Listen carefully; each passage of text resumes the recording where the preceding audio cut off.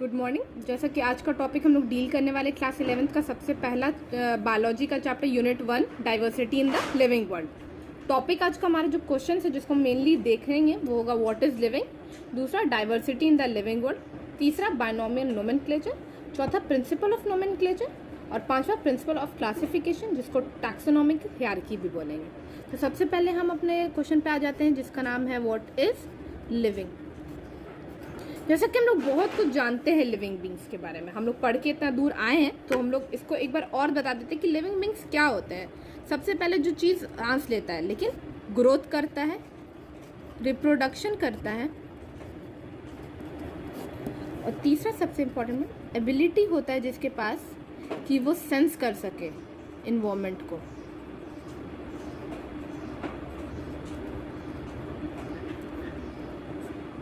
ये कुछ unique features हैं जो लिविंग बींग्स में होते हैं, लोगों को हम बोलते हैं यूनिक फीचर्स।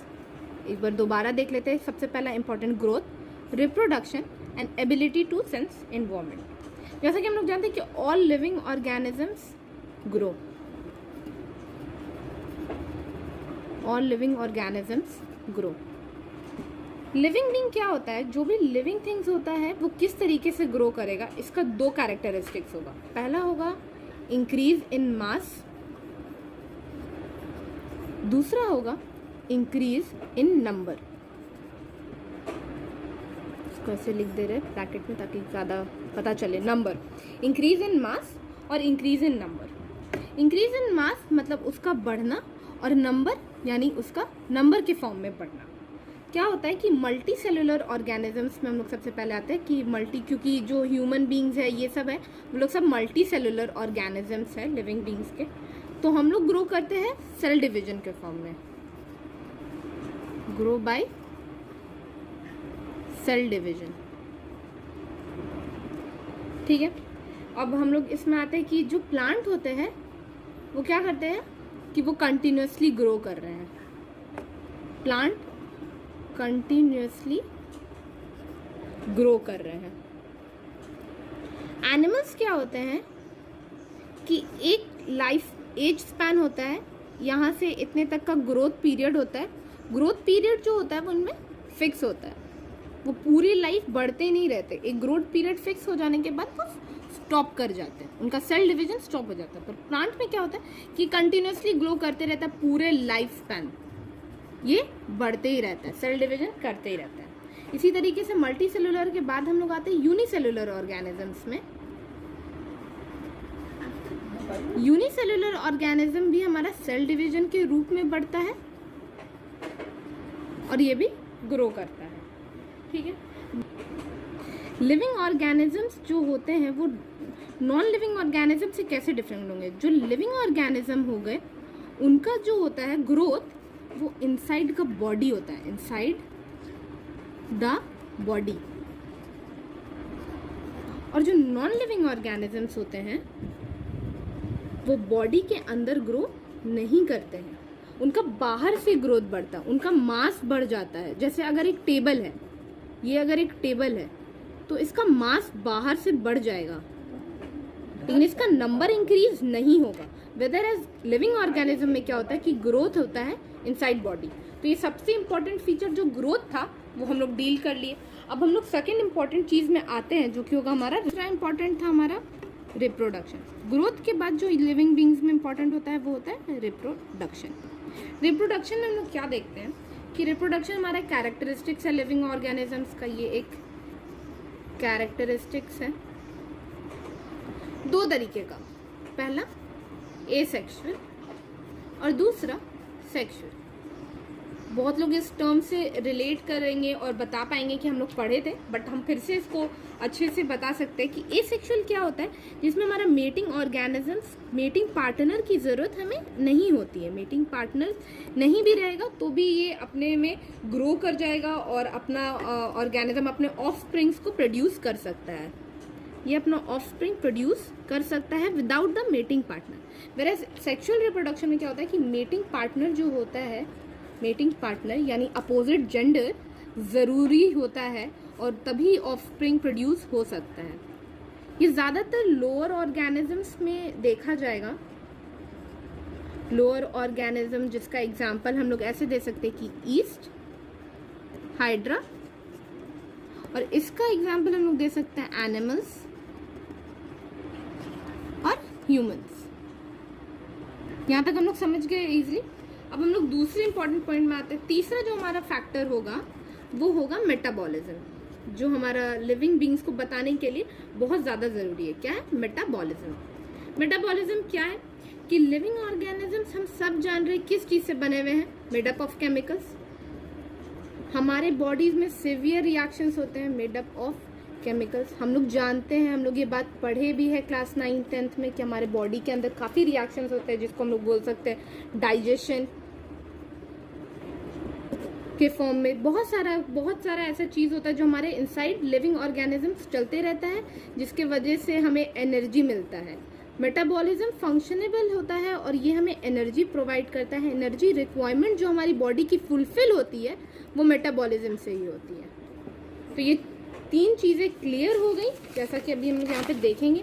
ग्रोथ की लिविंग बींग्स में जो ऑर्गेनिजम्स था, रिप्रोडक्शन और मेटाबॉलिज्म, ये तीनों क्लियर हो गया। तो हम अपना पहला क्वेश्चन सॉल्व कर चुके हैं, व्हाट इज लिविंग।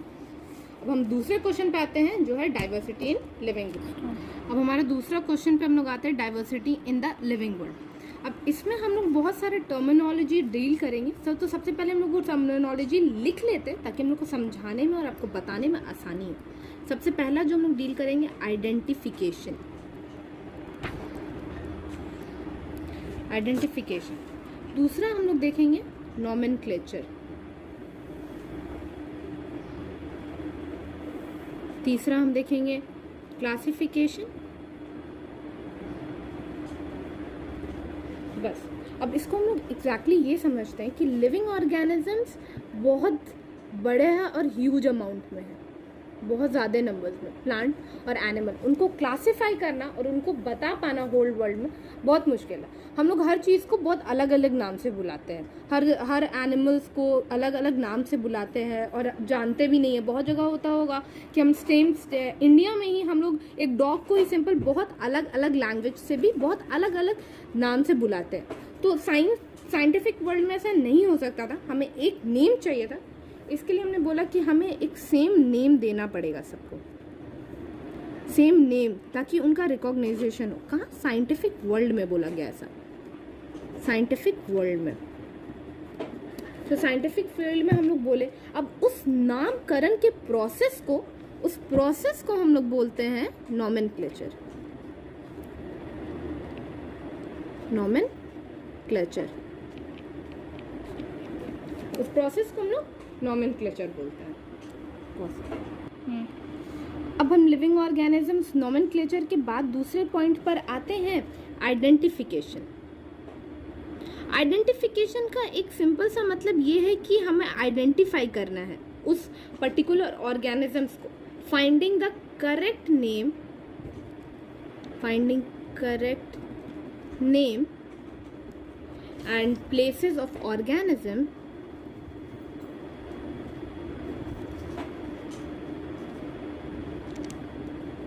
यही हमारा आइडेंटिफिकेशन का एकमात्र रूप होगा कि हम करेक्ट नेम और उसको जान सकें। ठीक है, हमारा आइडेंटिफिकेशन और नोमेनक्लेचर हो गया। अब हम तीसरे पॉइंट पर आते हैं जो कि है क्लासिफिकेशन। क्लासिफिकेशन, क्लासिफाई करना, यानी उन ऑर्गेनिजम्स को सही जगह पे डालना। Organism to be placed in right group according to particular system। ये है और क्लासिफिकेशन की organism to be classified in right group according to the particular system. तो नंबर ऑफ साइंटिस्ट जो आए, बहुत सारे साइंटिस्ट आए, they gave their opinion. Number of scientist were there to give their opinion. मेरे लिखने से ज़्यादा मेरे बातों पर ध्यान दीजिएगा कि नंबर ऑफ साइंटिस्ट जो हमारे आए, उन्होंने बहुत सारा नाम दिया। तो बहुत सारे प्लांट्स थे, नंबर ऑफ प्लांट्स गिन नहीं सकते क्योंकि आधे से ज़्यादा प्लांट्स को अभी तक हम रिकॉग्नाइज भी नहीं करते हैं। नंबर्स ऑफ एनिमल्स भी थे। तो अब सबको कैसे नाम देते, तो हमने एक पार्ट में डिवाइड कर दिया, ICBN और ICZN। फुल फॉर्म ये है कि international code for botanical nomenclature.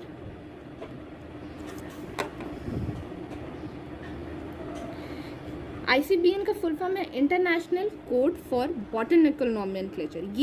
ये जो पार्ट है ये क्या रोल निभाता है, ये रोल निभाता है, इसका रोल ये है कि ये प्लांट्स को नेमिंग करने में, प्लांट्स को साइंटिफिक नाम देने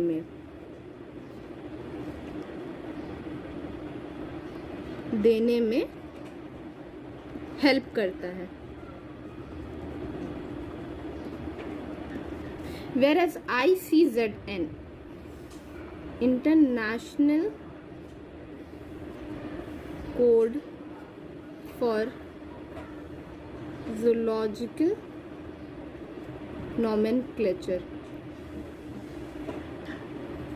ये क्या रोल करता है कि ये एनिमल्स को साइंटिफिक नाम देने का रोल करता है। ये प्लांट्स के लिए था, वेराज ये एनिमल्स के लिए होता है। ये दो पार्ट में डिवाइडेड हो गया, जो अपना अपना रोल निभाता है और नाम देने में हेल्प करता है।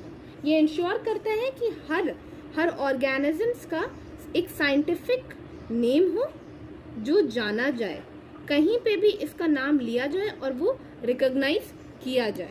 ये डिसाइड करता है, ये दोनों अपना अपना रोल निभाता है। इसके बाद इसी तरीके से हम लोग diversity in the living world का भी क्वेश्चन डील कर लिए हैं, और हम तीसरे क्वेश्चन पे आते हैं जिसका नाम है बायनोमियल नोमेनक्लेचर, जो हमारे लिए बिल्कुल नया है। तो इसको हम लोग ऐसे लिख लेते हैं, question number 3 ready. Binomial question number 3 binomial nomenclature, ये हम लोग को डेवलप्ड किया गया था,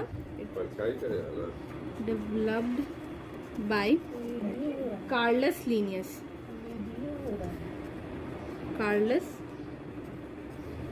लीनियस। ठीक है। हम लोग जो भी नाम देते हैं साइंटिफिक नेम, तो वो हमेशा 2 वर्ड्स का होता है, 2 वर्ड्स। ठीक है, जैसे मान लेते हैं कि ABCEDF ऐसे करके कुछ भी अलग अलग, तो ये 2 वर्ड्स का हो गया। पहला वर्ड जिसको हम लोग डेजिग्नेट करते हैं वो हमेशा होता है जेनरिक नेम। दूसरा जो होता है वो होता है हमारा स्पेसिफिक नेम, जिसको हम लोग स्पीसीज नेम भी बोल सकते हैं, जेनरिक नेम। और ये क्या डेजिग्नेट करता है, ये डेजिग्नेट करता है जीनस को। तो हम लोग आगे चल के डील करेंगे कि टैक्सोनॉमिकल हियरार्की में कि जीनस क्या होता है, स्पीसीज क्या होता है, और ये डेजिग्नेट करता है स्पीसीज को। ये डेवलप किया गया था कार्लस लीनियस के द्वारा 2 वर्ड्स का, कि कोई भी साइंटिफिक जो नेम होगा वो 2 वर्ड्स का होगा, इस तरीके से बटा हुआ होगा। एक जो पहला वर्ड होगा वो जेनरिक नेम डेजिग्नेट जीनस को करेगा, और स्पीसीज जो है वो डेजिग्नेट करेगा, स्पेसिफिक नेम जो डेजिग्नेट करेगा स्पीसीज को। हमेशा बात याद रखना है कि ये जेनरिक जो नेम है, यानी ये फर्स्ट नेम हमेशा कैपिटल लेटर्स में होगा, और स्पीसीज का नेम हमेशा स्मॉल लेटर्स में होगा। तो अब जब हम लोग ये रूल जान गए तो हम लोग इसको ऐसे लिखेंगे ABC, वेरएज ये हमारा स्पीसीज बता रहा था तो इसको हम लिखेंगे EDF। क्लियर हो गया होगा इस पॉइंट पर अभी तक। और यहाँ तक ये भी हमने याद रखना है कि हम लोग जो ये राइटिंग लिखेंगे हमेशा साइंटिफिक नेम जो होता है always, scientific name always italic और अंडरलाइंड होता है।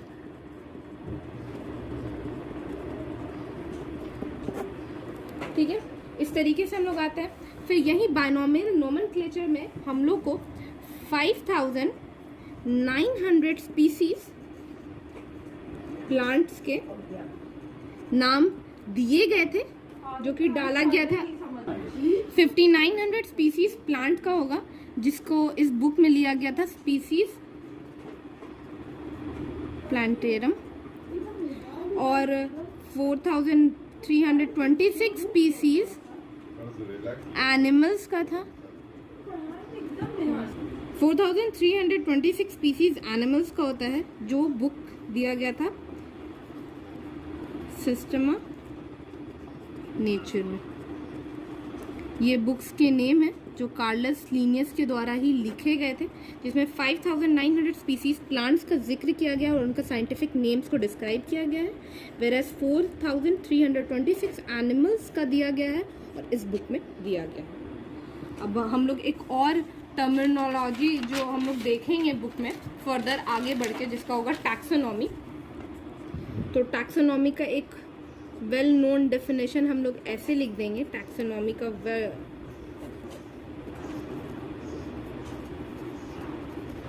एक वेल प्रूव्ड डेफिनेशन ये होगा कि all living organisms are classified into various groups according to the principle of identification, nomenclature and classification. ये एग्जाम्स के पॉइंट ऑफ व्यू से इम्पॉर्टेंट भी है, क्योंकि ये 1 मार्क्स या 2 मार्क्स में आ सकता है कि टैक्सोनॉमी का मीन क्या होता है। तो हम ये लिखेंगे कि all living organisms are classified into various group and according to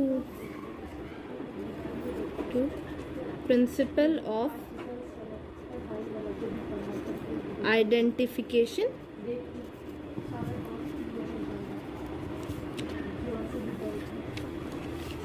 nomenclature and classification, ये एक डेफिनेशन है।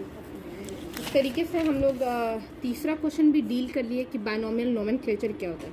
अब चौथा हम लोग जानेंगे कि प्रिंसिपल ऑफ नोमेनक्लेचर क्या होता है। फोर्थ,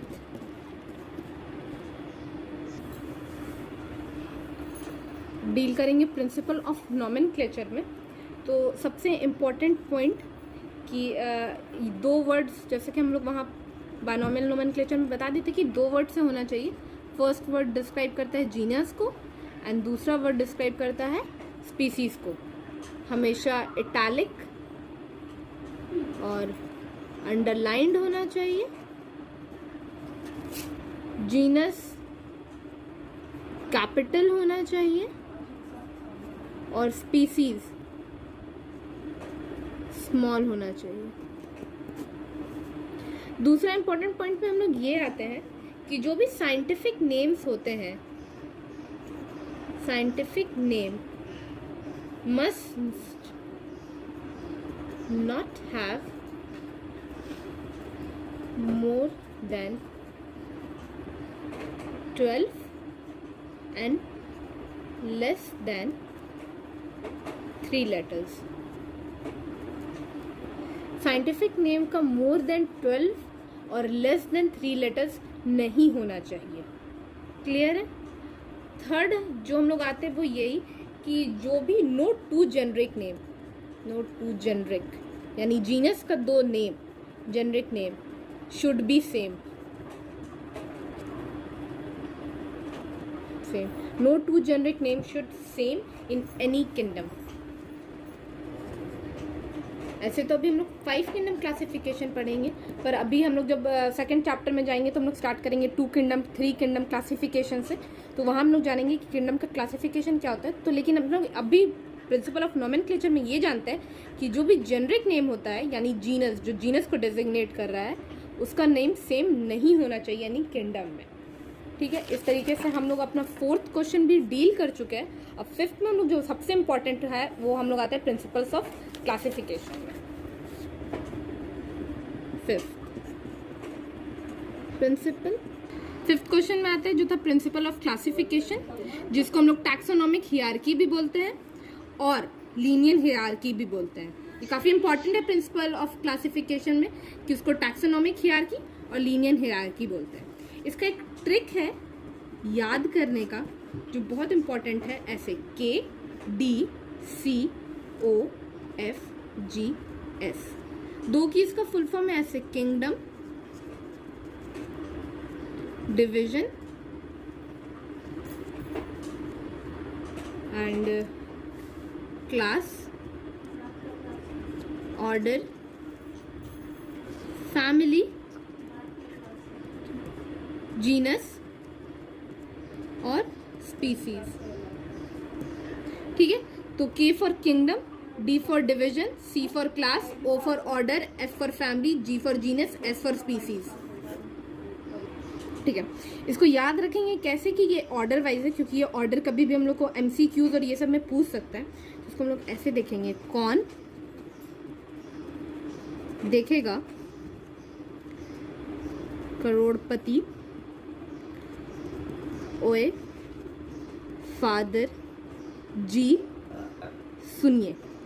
इसे हम लोग याद रख सकते हैं कि कौन देखेगा करोड़पति ओए फादर जी सुनिए। इससे हम लोग को ऑर्डर जो है वो हम लोग को याद रहेगा कि K for kingdom, D for division, C for class, O for order, F for family, G for genus, S for species. Division को और भी हम लोग फाइलम भी बोल सकते हैं। ठीक है, इसको हम लोग ऐसे भी लिखेंगे कि इसको हम लोग फाइलम भी बोल सकते हैं। तो यहाँ पे P से डेजिग्नेट कर सकते हैं, पर ये ट्रिक के अकॉर्डिंग याद रखने के लिए D ज़्यादा बेटर है। तो लेकिन हम लोग ये बात याद रखेंगे कि P से फाइलम डेजिग्नेट होता है। तो यहाँ पे पूरा क्लियर हो गया। अब हम लोग इसको जानेंगे कि कैसे होता है, एक एक को जूम करके। लोअर रैंक से स्टार्ट करते हैं। सबसे पहले स्पीसीज में आते हैं। स्पीसीज हमारा बेसिक यूनिट ऑफ क्लासिफिकेशन है, ये हमारा सबसे लोएस्ट कैटेगरी है। और ये क्या एक्सप्लेन करता है और इसका डेफिनेशन हम लोग कैसे लिखेंगे कि a group of individual with similar morphology, character which are able to breed among themselves and produce their own kind. इसका मतलब ऐसे समझेंगे, अर्थात कि ये कहना चाहता है कि जो सिमिलर मॉर्फोलॉजी है यानी सिमिलर स्ट्रक्चर, उसका स्ट्रक्चर्स और उसका कैरेक्टरिस्टिक सिमिलर होना चाहिए, जिसके अकॉर्डिंग वो ब्रीड कर सके अपने में और अपने ही ऑफस्प्रिंग को पैदा कर सके। जैसे ह्यूमंस, अगर हमारा एक ह्यूमन और दूसरा ह्यूमन सेम दिखता है, सिमिलर है, ठीक है, वो अपने में ब्रीड कर सकता है और अपना ओन काइंड को जन्म दे सकता है, तो हम लोग क्या हो गए, सेम स्पीसीज हो गए। आगे हम लोग दूसरी चीज में आते हैं जो है जीनस। जीनस क्या है कि ये हमारा इवॉल्व होता है कॉमन एंसेस्टर से। इसका प्लूरल फॉर्म में हम लोग जेनरा बोलते हैं। ये किसने दिया था, ये जॉन रे 1693 में दिए थे। ये हायर कैटेगरी है स्पीसीज लेवल से। अब इसको हम लोग एक एग्जाम्पल से ऐसे समझेंगे, पोटैटो एंड ब्रिंजल स्पीसीज, ठीक है, कॉमन है, सेम जीनस होगा इनका, सोलेनम। दो की इनका स्पीसीज अलग है, पोटैटो काफी अलग है, ब्रिंजल का स्पीसीज अलग है, लेकिन क्या है कि कॉमन कैरेक्टरिस्टिक और सेम जीनस है, जिसको बोलते हैं सोलेनम। डन। तीसरा हम लोग समझेंगे फैमिली से। ये क्या है, हायर कैटेगरी है। अब इसको इजीली हम लोग ऐसे समझेंगे कि प्लांट्स में कभी भी अगर फैमिली हम लोग को जानना है, उसके सफिक्स में हमेशा ACAE लगा होगा, ACAE। तो हम लोग सोलानेसी, यहाँ पे सोलेनम पढ़े थे, इसको हम लोग आगे लगा देंगे सोलानेसी। ये दोनों क्या है, सेम फैमिली से बिलोंग करता है, इसका नाम क्या है, सोलानेसी। एनिमल्स के सफिक्स में हम लोग लगा देंगे IDA, आइडिया। एग्जाम्पल, रैन ईडिया, फ्रॉग का फैमिली, बफनोडिया, टोड फैमिली। क्लियर। अब हम लोग चौथे पॉइंट पे आते हैं जिसका नाम है ऑर्डर। ये किसके द्वारा कॉइन किया गया था, लिनियस, कितने 735 में, ठीक है। ये भी कॉमन कैरेक्टर है, इसका सेम ऑर्डर होगा एनोरा। इसमें प्लांट में जो सफिक्स लगेगा वो होगा एलेक्स, ALES। इसी तरह पांचवें में हम आते हैं क्लास, जो डेजिग्नेट किया गया था लिनस 1735 में। इसके सफिक्स जो प्लांट में हम लोग यूज करेंगे वो होगा AE इन प्लांट्स। ये सब हम याद रखेंगे सफिक्स। इससे हमारा क्या फायदा होगा कि अगर कुछ भी दिया है प्लांट्स का, कुछ भी फैमिली का नाम लिखा हुआ है, अगर हम लोग बाद में इसको देखेंगे AE उसमें लगा हुआ है, तो हम लोग समझ सकते हैं कि ये क्लास को डेजिग्नेट कर रहा है। बस ये यहाँ पे हम लोग क्लास 5 तक हम लोग डेजिग्नेट कर लिए कि क्या बताना था और क्या समझाना था, ठीक है। अब हम लोग दूसरे में आएंगे जो होता है फाइलम। सेकेंड लास्ट हमारा फाइलम और डिवीजन, जो किसके द्वारा गया था, क्यूवियर के द्वारा गया था। ये भी सेम एंसेस्टर को दिखाता है। धीरे धीरे क्या हो रहा है कि स्पीसीज लेवल एक ब्रॉड क्लासिफिकेशन था, फाइलम एक छोटा नैरो डाउन होते जा रहा है। ये एक इस तरीके से पिरामिड के फॉर्म में भी आप समझ सकते हैं कि धीरे धीरे नैरो डाउन होते जा रहा है। आखिर हम लोग सब इवॉल्व हुए एक ही एंसेस्टर से, ये सब कॉमन एंसेस्टर, ये स्पीसीज हो गया, ये जीनस हो गया, ये ऑर्डर, फैमिली, ऐसे ऐसे बढ़ते हुए हम लोग नीचे की तरफ जा रहे हैं, ठीक है। इसी तरीके से हम लोग आते हैं फाइलम में, कि क्यूवियर 1829 में दिए थे। किंगडम में आते ये सबसे हाईएस्ट टैक्सोनॉमिक कैटेगरी है। अभी तो फिलहाल हम लोग सिर्फ 2 किंगडम जानेंगे, बाद में जब हम लोग बायोलॉजिकल क्लासिफिकेशन यानी यूनिट 2 पढ़ेंगे, चैप्टर नंबर 2 बायोलॉजी का, तब हम लोग देखेंगे वहाँ कि कैसे हम लोग 5 किंगडम क्लासिफिकेशन और बाकी फर्दर में पहुँचे। अभी तो 2 किंगडम क्लासिफिकेशन में हम लोग यही जानेंगे, एक होता है प्लांट्स, दूसरा होता है एनिमल्स। इसके तरीके से हम लोग आते हैं। ये चैप्टर और ये क्वेश्चन यहीं पे खत्म होता है। कुछ जो इंपॉर्टेंट टैक्सोनॉमिकल एड्स है जो हम लोग को जानना ज़रूरी है, वो एक होता है हर्बेरियम, दूसरा होता है बॉटनिकल गार्डन्स, तीसरा है हमारे लिए म्यूजियम्स, और चौथा है हमारा जूलॉजिकल पार्क्स। हम हर्बेरियम जानेंगे कि हम लोग क्या करते हैं कि जैसे हम लोग किसी स्पीसीज़ को, जैसे किसी प्लांट के स्पीसीज़ को जो अब हमारे लिए इंडेंजर्ड हो गया है और उसको हम बचा के रखना चाहते हैं, तो उसको हम एक ड्राई स्टेट में रखते हैं। एक स्टैंडर्ड साइज 41 सेंटीमीटर से 29 सेंटीमीटर का एक शीट, एक लॉन्ग शीट होता है, जिसमें हम लोग ड्राई स्टेट में अपने प्लांट को चिपका देते हैं और उसको स्टोर करके रखते हैं। जिस शीट में हम लोग स्टोर करके रखते हैं उस शीट का नाम होता है हर्बेरियम शीट। बॉटनिकल गार्डन, जैसे जो इंडेंजर्ड है स्पीसीज या जो स्पीसीज जो हमें कॉमनली पाया नहीं जाता और उसको जानने के लिए जो हम लोग गार्डन में रखते हैं ताकि ये टूरिस्ट प्लेसेस और ज़्यादातर बन सके, इसलिए हम लोग बॉटनिकल गार्डन। म्यूजियम्स हम लोग सब जानते हैं कि एंटिक चीज़ें और एशियन चीज़ों को रखने के लिए होता है। और जूलॉजिकल पार्क्स यानी ये बॉटनिकल है, जो प्लांट को रेफर कर रहा है, और जूलॉजिकल यानी एनिमल्स को, यानी जू और ये सब रेफर कर रहा है। यहीं पे हमारा चैप्टर नंबर 1 कंप्लीट होता है। और इसी के साथ हम लोग बाद में चैप्टर नंबर 2 पे आएंगे, जहाँ पे हम लोग 2 किंगडम क्लासिफिकेशन से 5 किंगडम क्लासिफिकेशन डील करेंगे।